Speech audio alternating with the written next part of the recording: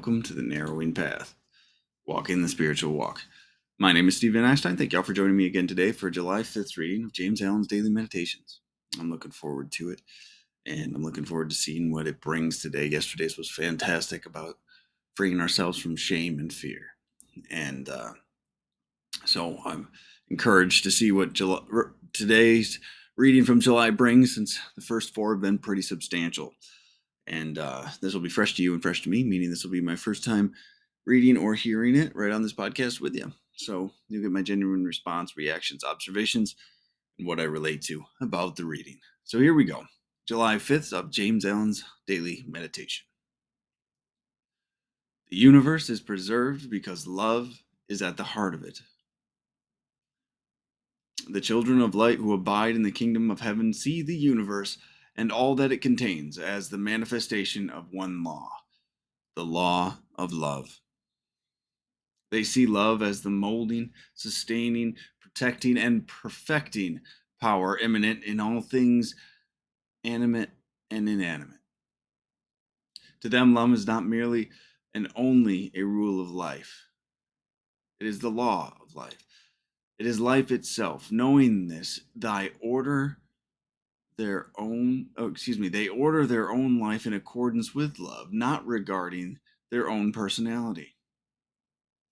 By thus practicing obedience to the highest, to divine love, they become conscious partakers of the power of love, and so arrive at perfect freedom as masters of destiny. Let a man then think no thought and do no act that is not in accordance with pure love, and suffering shall no more trouble him. Love is the only preserving power. A lot of truth in this one, a lot of things we've touched on previously, but how important and how integrated, and integrated would mean separate and two different things, how everything is born from love, how everything really that's sustainable, everything that's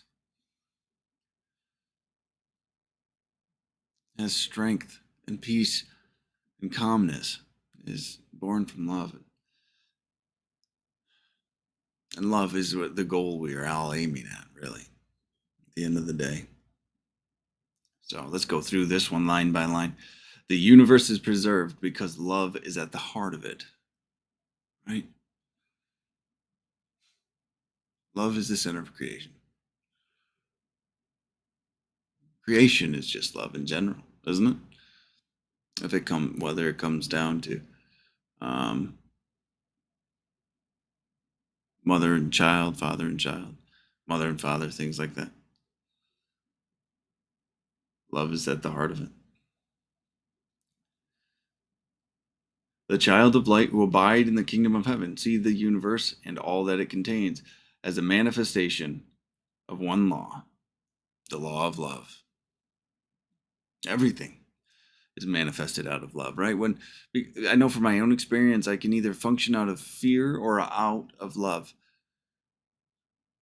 Those are the two driving forces of my thoughts and therefore my actions. They're initiated and instigated from a place of love or fear. So that sentence, that see the universe and all that it contains as a manifestation of one law, the law of love, everything comes from love. And everything's created and developed and continued through love. Fear destroys everything around it, takes and takes and takes. Love is where true creation is born from. They see love as the molding, sustaining, protecting, and perfecting power, immanent in all animate and inanimate things. So everything, that means living and non-living things. They see love as the molding, sustaining, protecting, and perfecting power. I mean, when we let love be our guide, it provides us a framework to live by. It provides us a lifestyle and a way of living. So it is the molder, it is the protector, it is the sustaining force and the perfecting power for our process of purification of our spirit, mind, and body and actions. It is born from love, these changes. To them, love is not merely and only a rule of life. It is the law of life. It is life itself. Life is born from love. Creation is born from love. So it is not a tangential thing associated to life. It is life. It is created out of love. Life is a secondary thing because of love.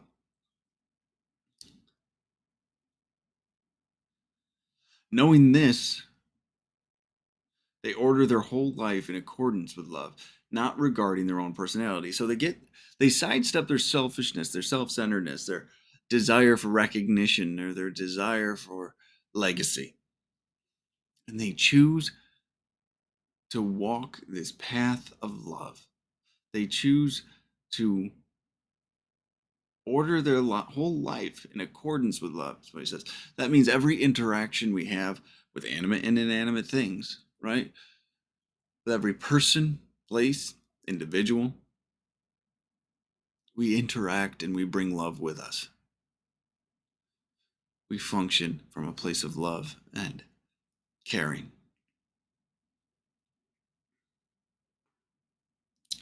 And we put aside our own selfish desires, our own self-serving needs, or wants more so. By thus practicing obedience to the highest, to divine love, they become conscious partakers of the power of love, and so arrive at perfect freedom as masters of destiny. Because when you function from love, you're not operating from a place where you need the world to provide you something. You are bringing things to the world. You are actually free to engage in the world. You're not running around hoping that things work out the way you want them to work out, or you need them to end up a certain way so you can feel a certain type of way, right? When you are loving regardless. You are loving independently of what's going on, because love is a choice, and acting and behaving in a loving way and taking loving actions is something you can always do. It took me a long time to realize that. But when you do that, you arrive at what he said here was perfect freedom as masters of destiny, because you can operate unattached with no desire or need from the world. So you have this ultimate freedom to function and live life and bring to life what you need to, or bring to life what you can, and add to life and be a part of love and creation. There we go. Creation again. When you have the freedom of living a life directed by love, you have the freedom to genuinely create. What an incredible power that is, right? And you're able to master your destiny. That means you're able to help guide and walk and follow the path that's laid ahead of you, and let it flourish and bloom and mature into this wonderful thing that I didn't know was possible for me. I mean, I'm excited to see where my life brings me today. There was a time where that was not the case. Life was painful. Life was suffering. Life was to only be endured as long as possible. So, when we live our lives in accordance with the power of love, we get that perfect freedom as masters of destiny. I love that line. Let a man then think no thought and do no act that is not in accordance with pure love, and suffering shall no more trouble him. Suffering seems to be born from fear, seems to be born from anything but love. It's a sense of lack. It's a sense of incompletion when it's born from anywhere else but love.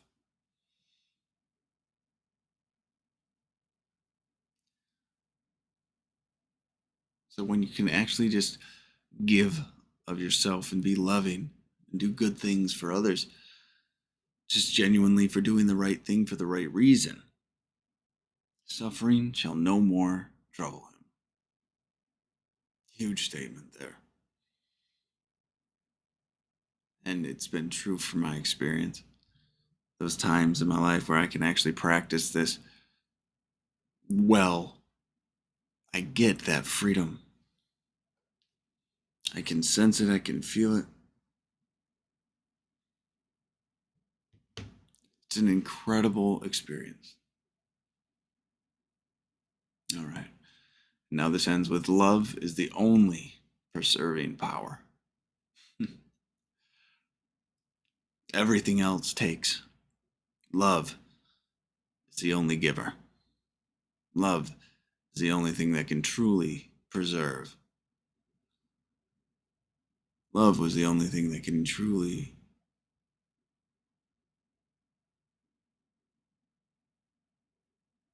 provide a framework for permanency in the sense of bringing goodness and growth into the world instead of tearing it down for our own selfish endeavors. It's a pretty powerful thing. So, well, that is the end of today's. Thank y'all for joining me. It was just a stunning reading again about love, and I need that reminder to hold love in my heart and function from a place of love when I'm dealing with anybody, whether it be children or coworkers or just adults, friends, family, significant other. I need to make sure I'm coming from a place of love. So, thank y'all for joining me today for another realigning reading from July. And I'm looking forward to seeing what the 6th brings us.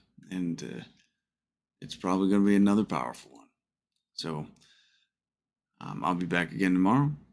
Until next time, thanks.